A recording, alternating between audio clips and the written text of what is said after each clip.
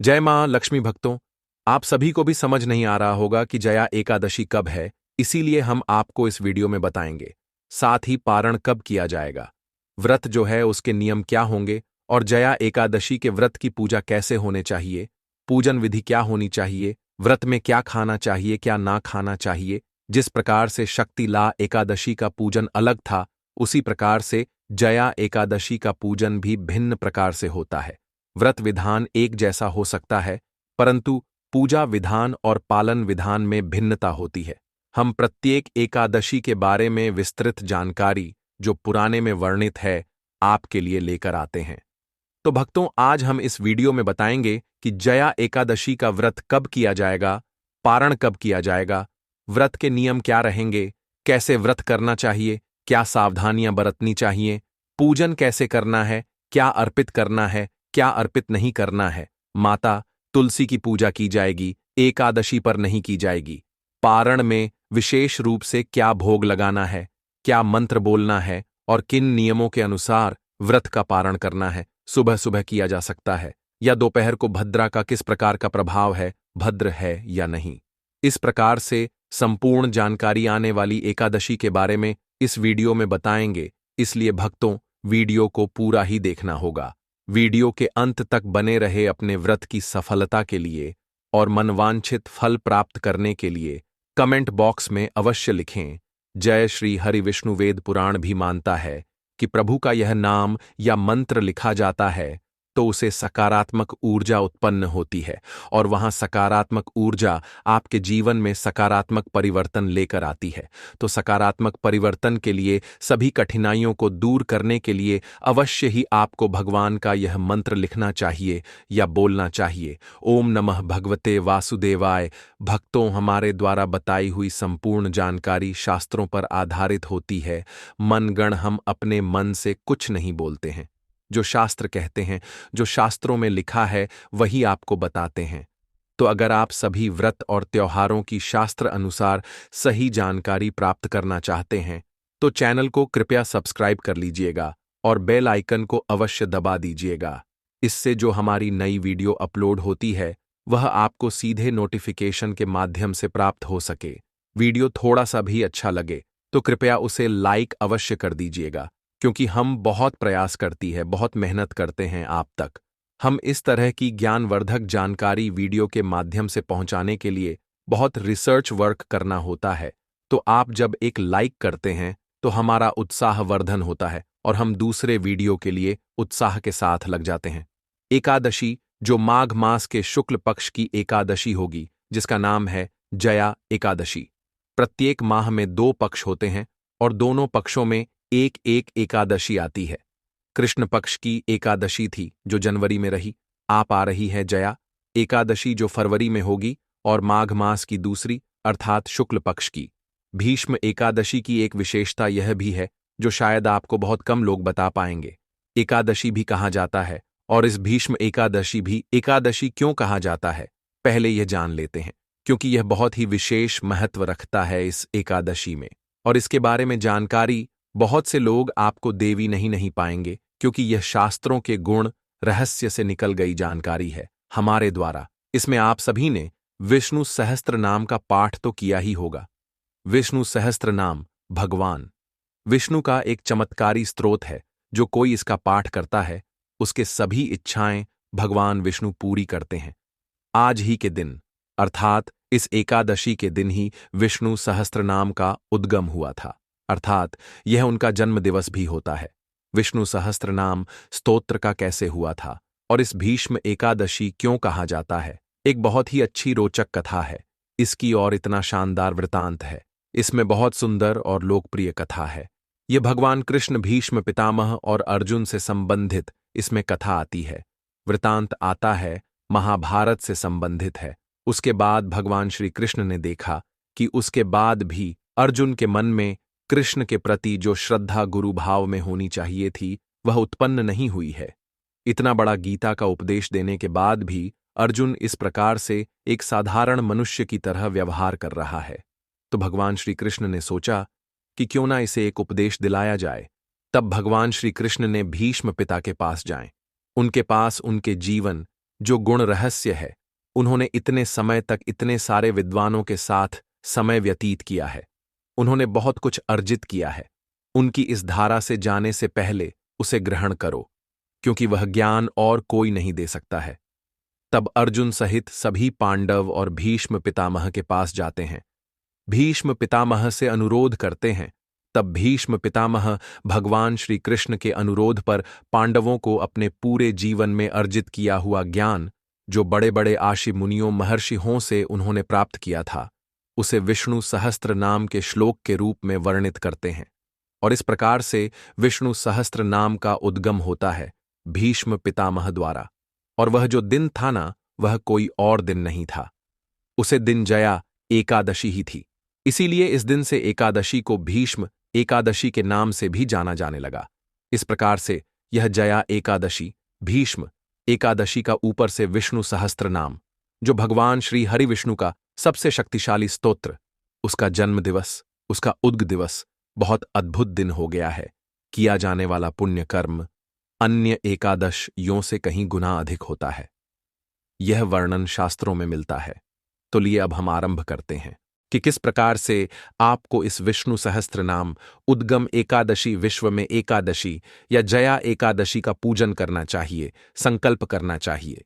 यह बताते हैं एकादशी वाले दिन व्यक्ति को सुबह सूर्योदय से पहले उठना चाहिए और स्नान आदि से निर्मित होकर जो एकादशी का व्रत नहीं कर रहे हैं, न तो पहले उठना चाहिए और यह पूजन करना चाहिए।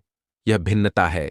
इस एकादशी में व्रत के अलावा जो व्रत नहीं कर रहे हैं, वह भी इस दिन भगवान श्री हरि का आशीर्वाद किस प्रकार से प्राप्त कर सकते हैं, यह आपको वर्णन करते हैं। और साथ ही पूजा विधि भी बताते हैं कि किस प्रकार से पूजन करना है। जो व्रत कर रहे हैं उनको और जो व्रत नहीं कर रहे हैं उनको, क्योंकि पूजा विधि दोनों के लिए से ही रहने वाली है, एक ही रहने दो। सूर्य उदय से पहले उठ जाएं, उठने के बाद स्नान आदि करके स्वच्छ वस्त्र धारण करें और आपका जो पूजा स्थल है, जहां आप बैठकर पूजन करते हैं, वहां आसन लगाकर बैठे हैं। उससे पहले सामग्री एकत्र कर लीजिए। सामग्री में क्या क्या एकत्र करेंगे? एक तांबे का लोटा लीजिएगा, उसमें पहले थोड़ा गंगा जल भरेगा, उसके बाद उसमें शुद्ध जल भर लीजिएगा। भगवान श्री हरि की एकत्व वर दीजिएगा। जिसने माता लक्ष्मी साथ में हो तो यह सर्वोत्तम रहेगा। अगर हो सके तो भगवान विष्णु और माता लक्ष्मी की मूर्ति भी ले सकते हैं, जो कि बैठी हुई अवस्था में होनी चाहिए, रोली के स्थान पर। इस एकादशी पर आपको गोपीचंद लेना चाहिए। सफेद तिल ले लीजिएगा। अर्पित करने के लिए पीले फूल का विशेष विधान है। जया एकादशी पर यदि पीले फूल मिलते हैं तो बहुत उत्तम है, क्योंकि श्री हरि विष्णु को पीला रंग अत्यधिक प्रिय है। तो हो सके तो पीले फूलों की एक माल ले लीजिएगा या फिर खुले फूल ले लीजिएगा। अधिक ना मिले तो जितना मिले उतना ले लीजिएगा। धूप रखिएगा, दीप रखेगा, गोल बाती वाला दीपक लगाइए के रूप में अर्पित करने के लिए। या तो आप इस दिन केसर युक्त मिठाई लीजिएगा, अगर आपके पास मिल जाती है। केसर की बर्फी मिठाई में भी कौन सी केसर की बर्फी यदि मिलती है तो बहुत उत्तम है। अगर केसर की बर्फी नहीं मिलती है तो कोई बात नहीं। माघ मास में तेल का बड़ा महत्व है, इसीलिए आप तिल का लड्डू भी ले सकते हैं। पान का पत्ता लीजिएगा, लौंग लीजिएगा, सुपारी लीजिएगा, इलायची दीजिएगा। यह सारी सामग्री एकत्र कर दीजिए, आसान लगाइए और भगवान की तरफ मुख करके बैठ जाइए। देखिए, भगवान श्री विष्णु की पूजा करते समय आप पूर्व की ओर मुख कर सकते हैं, अन्यथा पश्चिम बहुत उत्तम रहता है। उत्तर में भगवान शंकर की तरफ मुंह किया जाता है, पश्चिम में भगवान विष्णु का वास है, तो आप पश्चिम की ओर मुंह करके बैठे तो उत्तम है। अन्यथा आप दक्षिण के अलावा किसी भी दिशा की ओर मुंह करके बैठ सकते हैं। आप सबसे पहले पूजन आरंभ करें, उससे पहले स्थापना करते हैं। भगवान की तस्वीर या प्रतिमा जो आपने ली है ना, आपके पास यदि कोई चौकी है तो उसे चौकी पर पीले रंग का वस्त्र बिछाए, उसके ऊपर भगवान की तस्वीर रख पूजन करेंगे। यदि कोई चौकी आदि स्टोर आदि नहीं है तो हम पृथ्वी पर रखकर भी पूजन कर सकते हैं। जहां भी अपने रखकर पूजन करना है ना, पहले उस स्थान का शुद्धिकरण कीजिएगा। भक्तों, जो सामग्री आपने ली है, इस सभी सामग्री का सभी का पहला शुद्धिकरण किया जाता है। तो एक पुष्पी लाइपो लौटे में जो गंगा जल को रखना है, रख के पूजन करना है। ओम पवित्र पवित्र जल छिड़कने के बाद भगवान की स्थापना करेंगे। भगवान को स्थापित करने से पहले उन्हें आसान दिया जाता है। आप थोड़े से खुले पुष्प लीजिए और स्थान पर जहां पर भगवान की तस्वीर रखनी है, आपने पूजा के लिए उसे स्थान पर रख दीजिए या भगवान को एक प्रकार का आसान दे रहे हैं। उसके ऊपर भगवान की तस्वीर को स्थापित कर दीजिए। स्थापना करने के बाद अब आप स्वयं अपने आप को पूजा के योग्य बनाएंगे। इसके लिए जो लोटे में जल है उसमें चम्मच रखिए और चम्मच से अपने हाथों को धो लीजिए। हस्टन वृक्ष आलम। उसके बाद 3 बार आपको जल जमानी करनी है। एक एक मंत्र हम बोलेंगे, उसके अनुसार आप जल चमन कीजिएगा। 1 चम्मच जल लीजिएगा सीधे हाथ में और माधव आय नमः की जय, ओम केशव नम की जय, ओम नारायण नारायण नमो नमः, फिर से हाथ धो लीजिए। इस प्रकार से 3 बार अपने आप को तिलक कीजिए। अगर हम वहां पर होती तो यह ब्राह्मण का कार्य होता है। ब्राह्मण जो पंडित जी आप बुलाते हैं वह आपको तिलक करता और अपने यहां आपके हाथ पर मौलिक बात, अब आप पूजा के लिए तैयार हैं, पूजन आरंभ करेंगे। एक विषय का ध्यान रखें कि जब आप पूजा में बैठे हो तो भगवान को गोपीचंद लगाइए, अक्षत के स्थान पर तेल लगाइए। माला पीले फूलों की माला है। भक्तों, आपके पास तो पीले फूलों की माला पहने ही है। जो भी फूलों की माला आपके पास है वह माला पहनाए फूल है। तो खुले पुष्प अर्पित कीजिए, धूप को जलाइव दिखाइए, दीप जले और दीप दिखाइए। दीपक को जब भगवान के सामने रखेंगे तो दीपक के नीचे आप पुष्प के रूप में आसान रखगा, उसके ऊपर आप दीपक को रखेगा तो दिखाएगा, दीप दिखाएगा, जो आपकी पूजा के साक्षी होते हैं। के बाद आप भगवान को अर्पित करेंगे। नावेद में यदि आपके पास केसर की बर्फी है तो वह भगवान को अर्पित कीजिए। अगर आपके पास तिल का लड्डू है तो वह अर्पित कीजिए। अन्यथा कोई फल है तो वह अर्पित कर दीजिए, और वह भी नहीं हो तो आप मिश्री भी नावेद के रूप में अर्पित कर सकते हैं। आप भगवान को जल जमानी कराया, पुनः जल के 1 बार क्षेत्र दे दीजिए। भगवान को दंडवत प्रणाम कीजिए कि 5 उपचार से पूजन आपने किया है। यह पूजन कल तक चलेगा। इसकी जो विधि होती है आगे पारण की विधि होती है। भक्तों, जो पुष्पांजलि के साथ समाप्त होती है, इसका पूरा वर्णन हम आपको जो पारण का वीडियो होता है उसमें बताते हैं कि किस प्रकार से आपको पारण करना है, कब करना है, क्या नियम है, व्रत क्या कैसे अपने पूर्ण करना है, और साथ ही पुष्पांजलि कैसे करने, क्योंकि बिना पुष्पांजलि की व्रत की कोई भी पूजा पूर्ण होती ही नहीं है। किसी भी प्रकार की पूजा तो उसे विधि को आप अवश्य जानिए। जो पारण का वीडियो है हम वह प्रत्येक एकादशी पर व्रत वाले दिन अपलोड कर देते हैं, तो उसको देखिएगा। उससे आपको लाभ मिलेगा कि पालन कैसे करना है, कब करना है। दोस्तों, क्योंकि इतने लंबे समय तक आप भूखे रहकर व्रत करते हैं और छोटी सी गलती, कोई त्रुटि आपसे हो जाए, जाने अनजाने में कोई चीज को, नियम को भूल जाए तो सारा फल व्यर्थ चला जाता है। इसीलिए हम आपको भारत का वीडियो बनाते हैं और बताते हैं। उसके अनुसार आपको कारण करना चाहिए। उसे देखना ना भूले के बाद इस एकादशी पर विष्णु सहस्त्र नाम का पाठ आपको करना चाहिए या सुनना चाहिए। एकादशी वाले दिन उसका श्रवण आवश्यक करें। आपको विष्णु सहस्त्र नाम पढ़ सकते हैं तो अच्छा है, नहीं पढ़ सकते हैं भक्तों, इसके बाद आपको व्रत की कथा सुनाई चाहिए। वह भी आपको हमारा चैनल उपलब्ध करा देगा, क्योंकि हमारे चैनल का मकसद ही है जन कल्याण करना, जन सेवा करना। भक्तों, आपकी जाना है कार्य के लिए। हम आपको बता देते हैं कि हिंदू धर्म में जितनी भी एकादशी पड़ती हैं, जितनी भी पूजा पाठ होती है, जितने भी व्रत आते हैं, जितनी भी सप्तमी पड़ती हैं, सभी की कुछ ना कुछ खाता होती ही है। बिना कथा के पूजा अधूरी मानी जाती है। एकादशी की कथा सुनने से आपकी पूजा सफल हो जाती है। जो भी नियम आपको हम बताते हैं वह कथा के अनुसार ही होता है, इसलिए आपको कथा अवश्य ही सुन लेना चाहिए। कथा सुनने से आपका मनोबल बढ़ता है और आपको सुख शांति की प्राप्ति होती है। कथा सुनने के बाद आपको भगवान की आरती करनी है। आरती के लिए आप एक कपूर का टुकड़ा अपनी थाली में जला लेना। क्या होता है कि कुछ लोग दीपक से आरती करते हैं और वह आरती के बीच में बुझ जाता है। यह बहुत ही बड़ा अपशगुन माना जाता है, इसलिए आप कपूर से आरती कीजिएगा तो अच्छा रहेगा।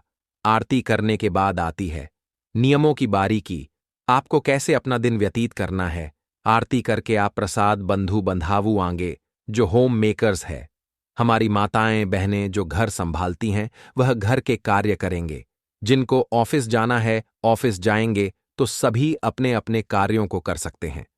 इसी प्रकार की मनाही नहीं है, केवल कुछ चीजों को करने से आपको बचाना है। यह आप ध्यान रखिएगा। सबसे पहले तो शुद्धता का पूर्ण रूप से आपको ध्यान रखना है। एकादशी का आपने व्रत किया है, घर में किसी भी वजह से कोई कल है, क्लेश नहीं होना चाहिए।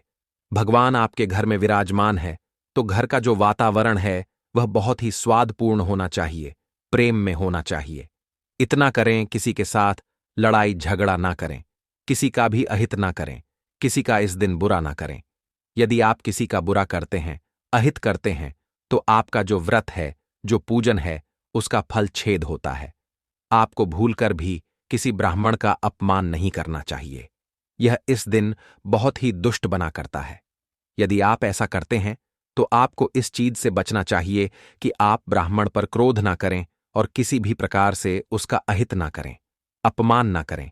आहार में जो आप फल आहार करेंगे, उसमें केवल फल आहार ही करें। कुछ लोग इस व्रत को निर्जला भी करते हैं कि अगले दिन पानी पीते हैं, भक्तों कुछ सजला करते हैं। आप दोनों ही ऑप्शंस आपके लिए खुले हैं, किसी में कोई दोष नहीं है। आप कर सकते हैं, अपनी जैसी आपकी क्षमता हो, क्योंकि सभी की शाद शरीक क्षमता अलग होती है।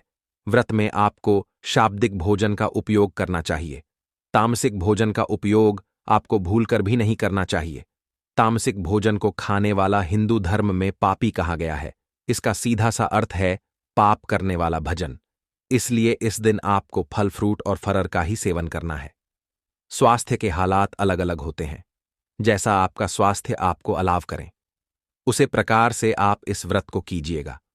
बस निष्ठा और प्रेम पूरा होना चाहिए। भगवान आपकी श्रद्धा देखते हैं, प्रेम भाव देखते हैं। सायाकाल को साबूदाने की खीर, खिचड़ी आदि बनाकर खा सकते हैं। सब लोग पढ़िया का नमक प्रयोग में नहीं लेंगे। नमक यदि आपको लेना हो तो आप सेंधा नमक, जो व्रत वाला आता है, वही केवल खा सकते हैं। काली मिर्च मिर्च के स्थान पर प्रयोग में लाई जा सकती है और केवल एक बार ही आपको फल आहार करना चाहिए। साइन कल को यही संभव हो तो थोड़ा कीर्तन कीजिए और भगवान के भजन कीजिएगा, क्योंकि भगवान के एकादशी के व्रत में भजन और जागरण का बहुत अधिक महत्व बताया गया है। रात्रि को संभव हो तो आप जागरण कीजिएगा, चयन करना हो तो पृथ्वी पर चयन कीजिएगा। भक्तों, आपको क्या करना है कि आपको उसे दिन पलंग या जो खाट होती है उसे पर नहीं सोना है। अगर आपको अत्यधिक नींद आती है तो आप धरती पर वह छावन करके सो सकते हैं। जी हां, वीडियो पसंद आया तो एक लाइक करके चैनल को सब्सक्राइब कर लीजिए। धन्यवाद।